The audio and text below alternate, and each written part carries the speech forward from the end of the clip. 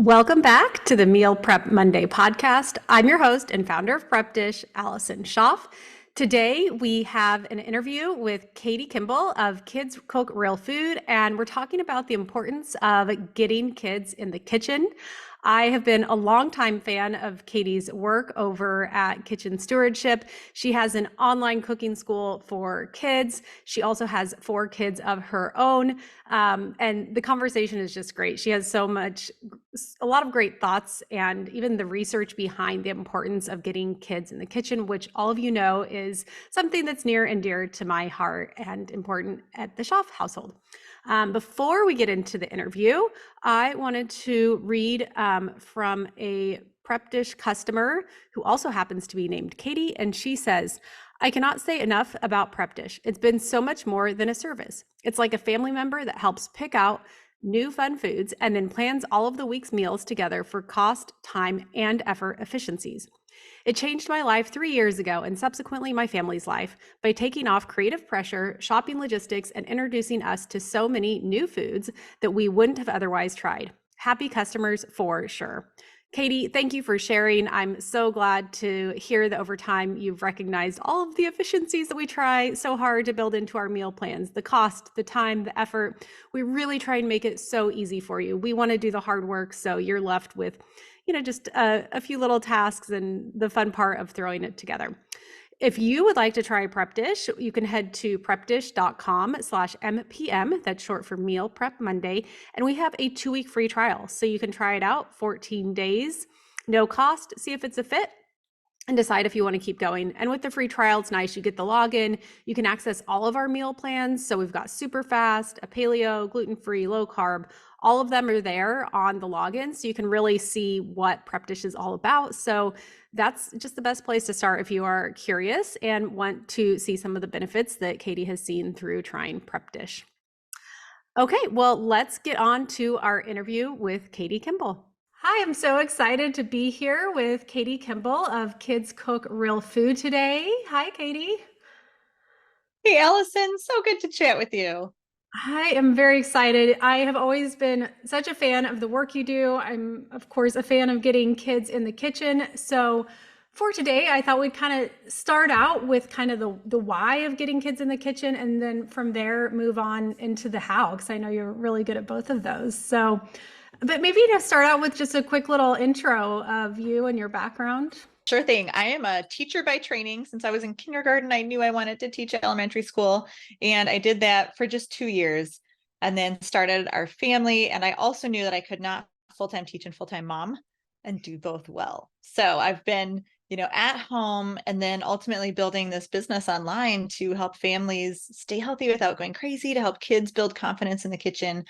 We've been teaching over 20,000 families around the world to cook since 2016. And I'm in a new phase of parenting now because I have 4 kids. My youngest is in 3rd grade. I've got a middle schooler, I've got a high schooler, but I've got this kid who's now out of high school. And so it's completely, game changer. He's actually taken a gap year building his own business and, just figuring out life. But I'm in this parenting handbook part 2, how to raise an adult in your house now. Awesome. Good for you. I will be calling you up in several years. But great. And tell me a little bit more. So when it comes to getting kids in the kitchen, why is that important, or why is that even something people should be working towards? There are so many roadblocks, many, psychological for us moms and dads too. And I hear people say all the time, like, "Oh my gosh, Katie, kids, they're just so slow. Like they're so messy. I don't even like cooking at all." I've been in a big conversation in my community this weekend about how much people just don't find joy in cooking. And so, if that's how we're feeling, like we got to get it done, we got to get through, we just got to flip and get some food on the table. Like this is not something we want to invite our kids into, Mhm. naturally. For a lot of us, it doesn't come naturally. So I do think starting with the why is really important because we've got a parent with the end in mind, and like I said, I have an 18-year-old. He does make dinner for the family once a week. He made homemade chili for us yesterday, and that freed up an hour to an hour and a half in my life, so there's Mhm. hope there. There's some practicality. And I've always sort of looked at my kids that way, like what kind of adult do I want them to become? What do I want them, to be able to focus on when they are adults? And so when I think of your kids, my kids, when they're going after college or whatever they're doing after high school, I really want them to be finding love, like figuring out their career, like moving forward in life and not having to spend so much time going, oh my gosh, how do I grocery shop? What do I buy? How do I chop an onion? You know what I mean? Like that's a lot of mental load and mental energy. Mhm. So in my book, if we can give them those skills when they're under our roof, when failure is not such a big deal, right? We're here to catch them with our net and help them along. And in a practical sense, we want to raise kids who can cook for themselves, because if they're going to be healthy, you either got to be really rich or be able to cook for yourself, right? Otherwise, it's cheap processed foods. And to me, that's not an acceptable answer. So very practical to think about, your adult kids. It is also very practical to want a little bit of help in the kitchen, that Mhm. potentially sharing that load, sharing that responsibility could bring more joy into the process of cooking for we parents who are we're working really hard to raise kids physically. We're working really hard emotionally to raise them too. And that's where I started out. I wanted my kids to be great adults. I wanted a little help in the kitchen. And after working with so many thousands of families, we've actually seen far more benefits. So if those aren't enough, if that's not enough motivation, we just find that the confidence that kids build in the kitchen, it actually does apply to all areas of life. Like self-esteem is one bucket. So if your Mhm. self-esteem is up because you can feed another human being, right? Because you can do authentic skills in the kitchen, your self-esteem is up. It's up in sports, it's up in academics, it's up in your social life. So anything we can give our kids where they are competent, it's incredible for them to increase that self-esteem. And then we see the connection between kids and their food, which is really important when we're talking about maybe picky eaters, the Mhm. connection between kids and their family. Like that's where we have, my kids and I have some of the best conversations, is when we're working shoulder to shoulder, getting dinner on the table, the no screens, no distractions. It's just a really important special time. And lastly, the creative action of working with your hands is so important, in this world of screens, right? We got to get our kids working with their hands, having opportunities to be both artistically creative.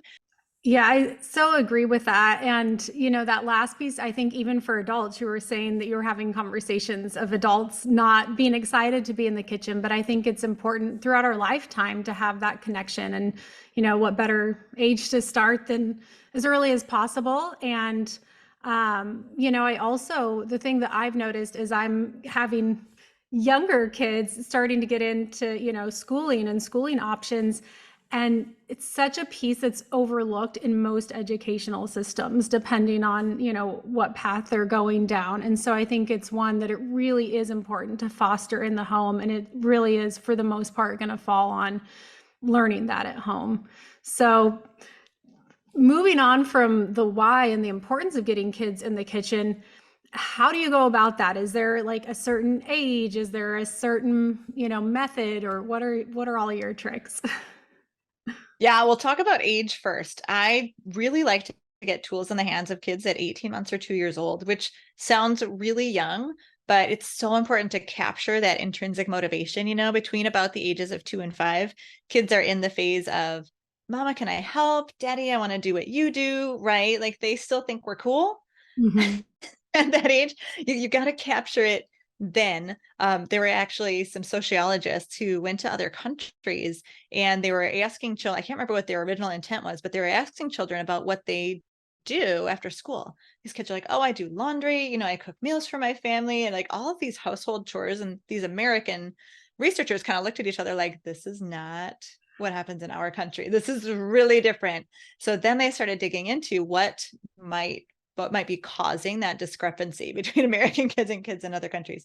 And what they theorized, is that it was giving the kids responsibilities early when they still had intrinsic motivation, and allowing them to have knives and whatever else, like real tasks. Whereas in America, we tend to kind of shoo them away when they're little, when they're not practically helpful.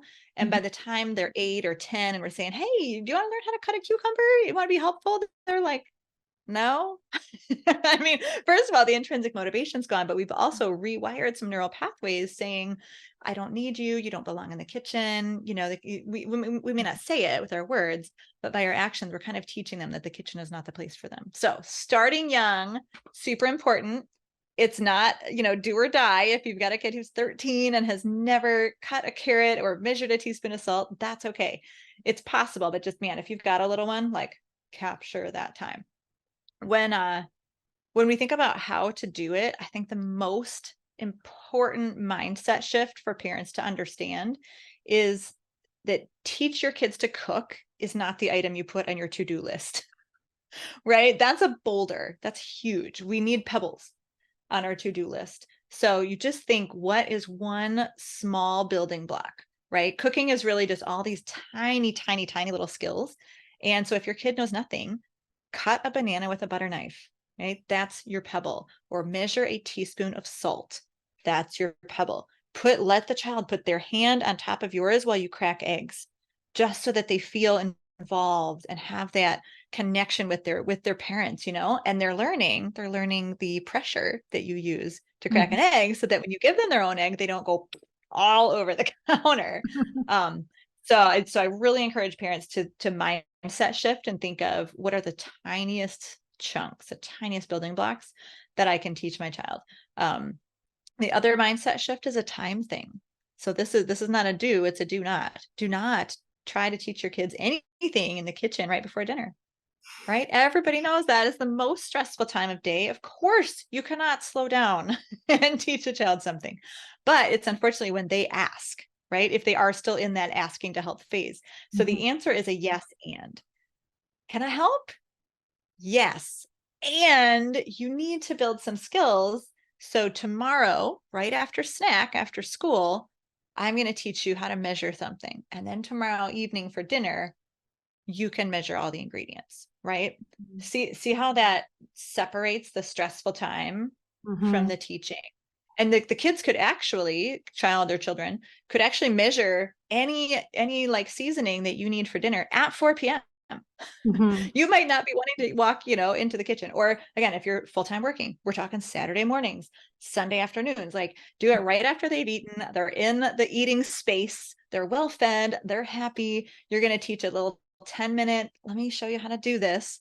And then hopefully right away, they can do something that then contributes to the family. Then here's where the magic happens. And we start to create the snowball effect. When the child learns one thing, and that one thing, and this is for kids ages 2, 12, probably 22. I don't have one of those yet, but like, this is how humans work, right?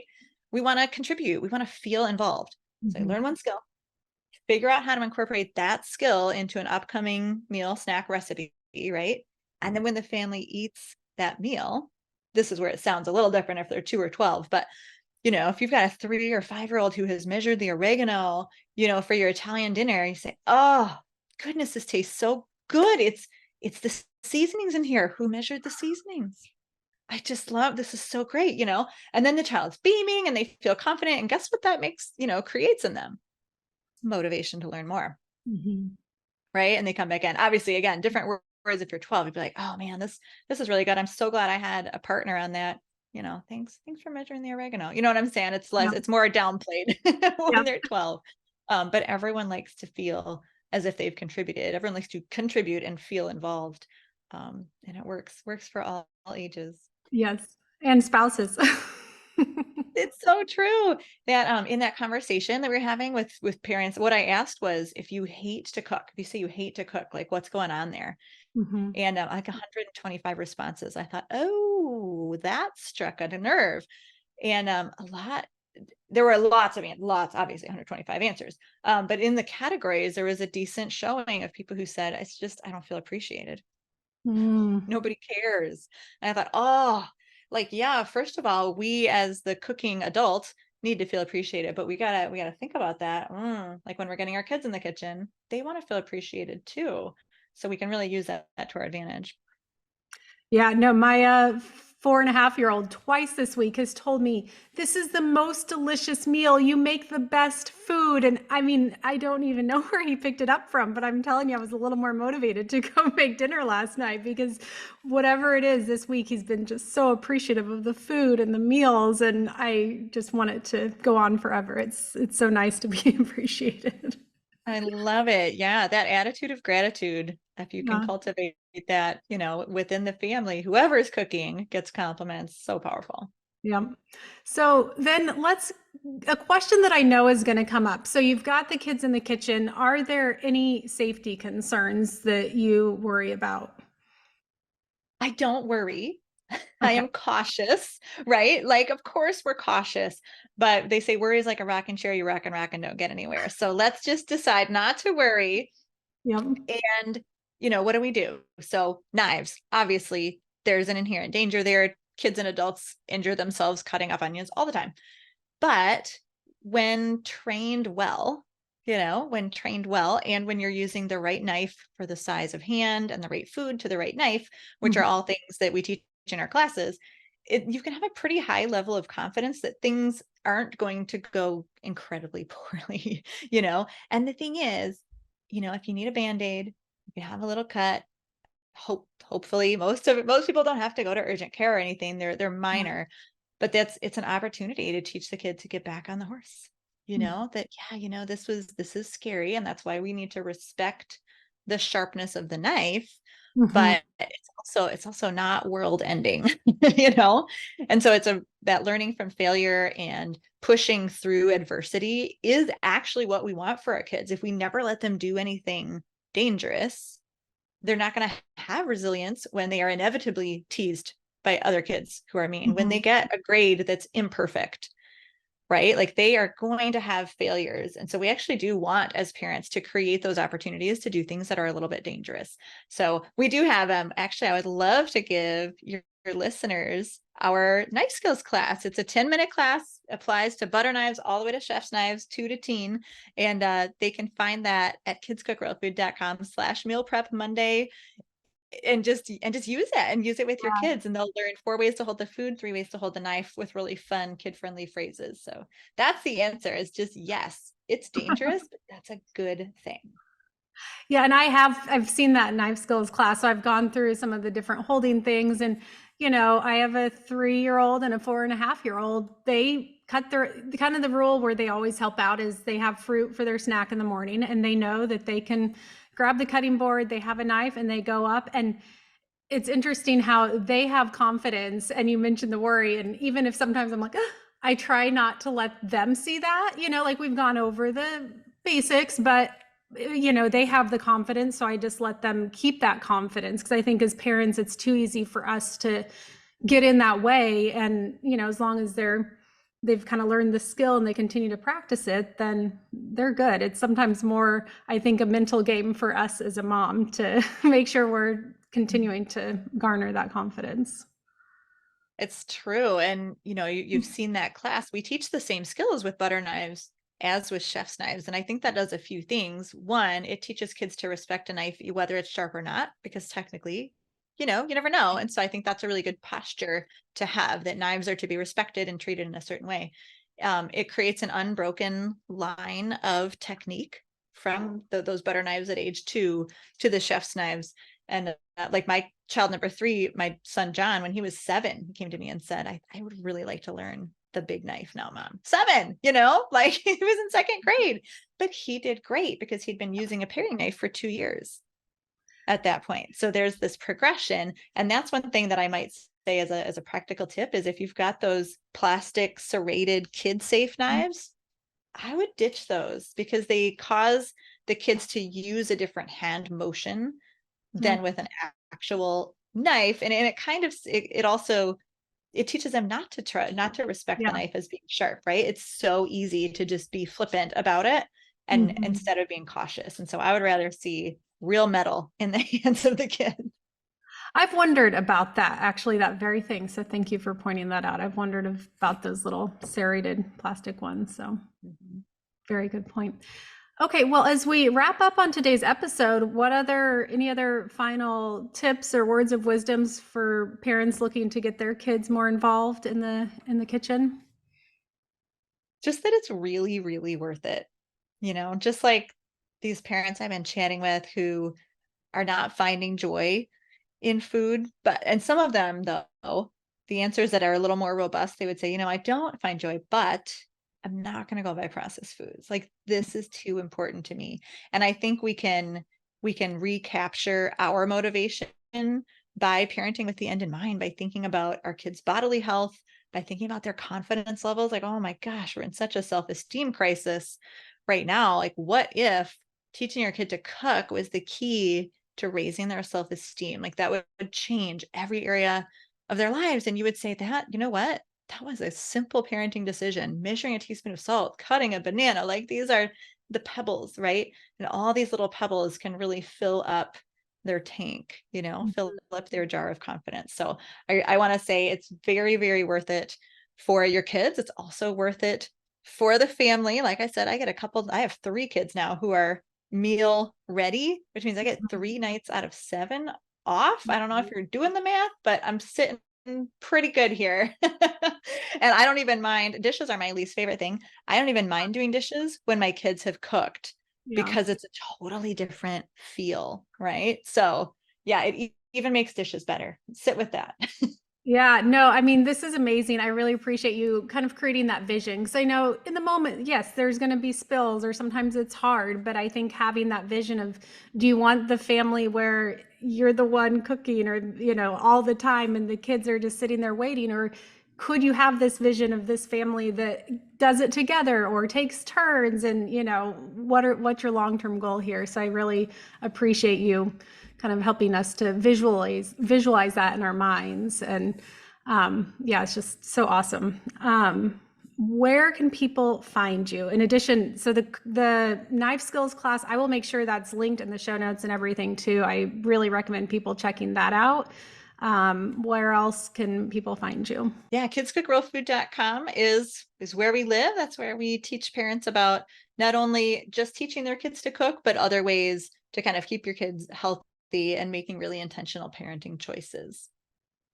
Great. Well, thank you so much, Katie. Always fun to talk with you, and enjoy the rest of your day. Thanks so much. Thank you so much, Katie, for coming on the show today. Check out her work. Like I said, I've been a huge fan of everything she does for a long time. Just love what she's doing to get kids in the kitchen and teach them some really good life skills.